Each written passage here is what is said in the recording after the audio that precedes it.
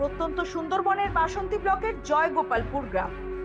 অধিকাংশ তপশিলি জাতি ও উপজাতি পরিবারের বসবাস এই গ্রামে। সুন্দরবনের এক ফসলি জমিতে কোনো রকমের চাষাবাদ করে জীবন জীবিকা নির্বাহ করেন এই গ্রামের মানুষজন। বিকল্প আয়ের কোনো পথ নেই বললেই চলে। এমন অবস্থায় এলাকার মানুষজন অনেকেই ভিন রাজ্যে পরিযায়ী শ্রমিকের কাজ করেন। এমন পরিস্থিতির আমূল পরিবর্তন আনতে বিভিন্ন পদ্ধতি অবলম্বন করে এলাকার মানুষজনদেরকে স্বনির্ভর করে গড়ে তোলার অনন্য প্রয়াস সৃষ্টি করেছেন স্থানীয় জয়গোপালপুর গ্রাম বিকাশ কেন্দ্র। প্রতিনিয়ত এলাকার পুরুষ মহিলাদের বিশেষভাবে প্রশিক্ষণ দিয়ে স্বনির্ভর করে গড়ে তোলার কাজ চালিয়ে যাচ্ছে প্রায় 2.5 দশক ধরে। হাজার হাজার পরিবার স্বনির্ভরতার অবলম্বন করে জীবন জীবিকা নির্বাহ করেছেন। এমন কর্মযজ্ঞের পাশাপাশি সুন্দরবনের ঐতিহ্যবাহী বিখ্যাত সুস্বাদু হারিয়ে যাওয়া ন্যাদোস মাছ, সরল পুঁটি, কই, ট্যাংরা, মাগুর মাছকে ফিরিয়ে আনতে উদ্যোগ গ্রহণ করলো এই কেন্দ্র। রীতিমতো হর্টিকালচার তৈরি করার কাজ চলছে, যেখানে মৎস্য বিশেষজ্ঞ বিজ্ঞানীদের তত্ত্বাবধানে এলাকার মাছ চাষিদের হাতে কলম প্রশিক্ষণ দেওয়া হবে। প্রশিক্ষণ শেষে চাষিরা যাতে ন্যাদোস মাছ চাষে উদ্যোগী হয় সেই পরিকল্পনা গ্রহণ করা হবে জয়গোপালপুর গ্রাম বিকাশ কেন্দ্রের পক্ষ থেকে। উল্লেখ্য, এছাড়াও এলাকার চাষিরা বিকল্প আয়ের জন্য যাতে দেশীয় রুই কাতলা চাষে উদ্যোগ গ্রহণ করে অর্থনৈতিকভাবে বিকশিত হয়, তার জন্য সংস্থার তরফে একদিনের প্রশিক্ষণ দেওয়া হয় এলাকার 550 জন মাছ চাষিকে, যাদের মধ্যে 350 জন তপশিলি উপজাতি এবং 200 জন তপশিলি জাতি সম্প্রদায়ের চাষি। প্রশিক্ষণ শেষে বৃহস্পতিবার বিকালে 550 জন চাষির হাতে 6 কেজি মাছের চারা ও 2 বস্তা করে খাবার তুলে দেওয়া হয়। এদিন মাছের চারা বিতরণ উপলক্ষে উপস্থিত ছিলেন CIFRI এর সিনিয়র বিজ্ঞানী ডক্টর প্রণয় পড়িয়া, বিজ্ঞানী ডক্টর দিবাকর ভক্ত, ন্যাদোস মাছ বিশেষজ্ঞ বিজ্ঞানী ডক্টর সুমন কুমারী, বিজ্ঞানী ডক্টর লিওন থম লুইয়ার, জয়গোপালপুর গ্রাম বিকাশ কেন্দ্রের মুখ্য অধিকর্তা বিশ্বজিৎ মহাকুর সহ অন্যান্য বিশিষ্টরা। মাছের চারা বিতরণ শেষে বিশ্বজিৎ মহাকুর জানিয়েছেন, আমাদের মূল উদ্দেশ্য তপশিলি জাতি ও উপজাতি সহ দরিদ্র মানুষজনেদেরকে আর্থিকভাবে স্বাবলম্বী গড়ে তোলা, পাশাপাশি অভয় পুকুরের মধ্যে দিয়ে বাস্তুতন্ত্রকে রক্ষা করে বিলুপ্ত প্রায় প্রজাতির মাছের বংশবিস্তার ঘটিয়ে পুনরায় ফিরিয়ে আনা একমাত্র আমাদের লক্ষ্য।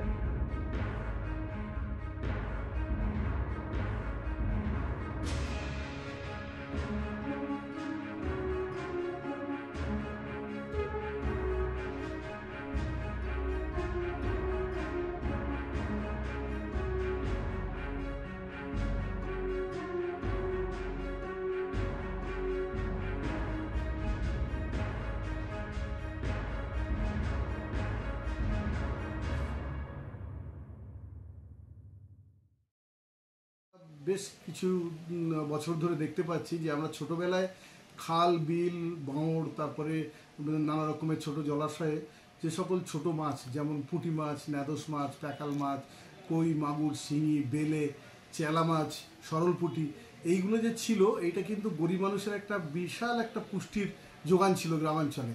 কিন্তু সেইটা আজকের একদম আমরা দেখতে পাচ্ছি প্রায় নিঃশেষের পথে।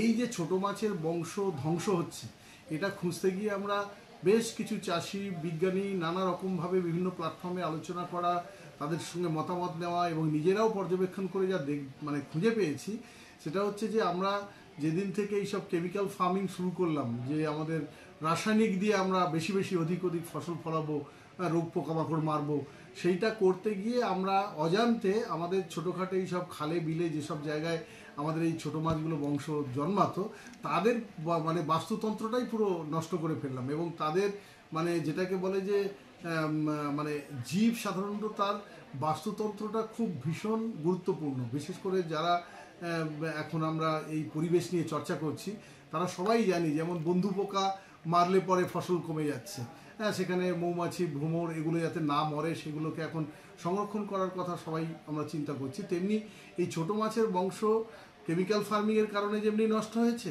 তেমনি আরেক ধারে নষ্ট হয়েছে কি না, আমরা এই ধান চাষের নাম করে গ্রীষ্মকালে যত ক্ষেত খামারি, বিলে, ঝিলে, খালে যা জল ছিল সেগুলো সব শুকিয়ে ফেলেছি। শুকিয়ে ফেলে সেই জলে কুলায়নি, আবার আমরা গ্রাউন্ড ওয়াটারকেও তুলতে শুরু করে দিয়েছি। কিন্তু মূল এই ছোটো মাছের উপরে যে প্রভাবটা পড়েছে, তারা যে বর্ষা আসলে তারা যে বংশবৃদ্ধি করবে, তারা তো বেঁচে থাকলে তবে তো বংশবৃদ্ধি করবে, যখন গ্রীষ্মকালে পুরো জলটা তুলে নেওয়া হলো ধান চাষের জন্যে, তখন সে আর বংশবৃদ্ধি করতে পারলো না। তার সেই পুকুরগুলো মানে গ্রীষ্মকালে পুরো ফেটে হাঁ হয়ে যেত। তা সেই বংশই যখন থাকলো না, তখন এরা আর ফিরে কোথায় আর ডিম পাড়বে আর কোথায় কী করবে।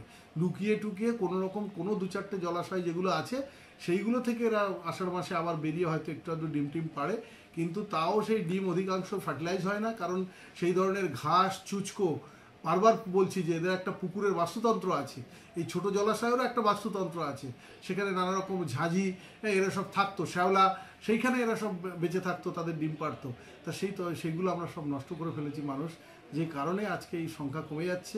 আমাদেরকে নতুন করে এখন অভয় পুকুর নাম দিয়ে কিছু কিছু পুকুর গ্রামে চিহ্নিত করে সেইগুলো যাতে সারা বছরে জল পাওয়া যায়, এবং সেইখানে আমরা স্বনির্ভর দলের মায়েদেরকে উদ্বুদ্ধ করে যার পুকুরে যেটা পাওয়া যাচ্ছে, কারো পুকুরে সরলপুটি পাওয়া যাচ্ছে, কারো পুকুরে এখনও বেলে মাছ আছে, কারো পুকুরে চ্যাং মাছ আছে, কারো পুকুরে ন্যাদোস মাছ দু একটা দেখা যাচ্ছে, সুন্দরবনের দু একটা কোনো পুকুরে খুঁজলে হয়তো 20টা গ্রাম খুঁজলে হয়তো 2টো পুকুরে পাওয়া যাচ্ছে।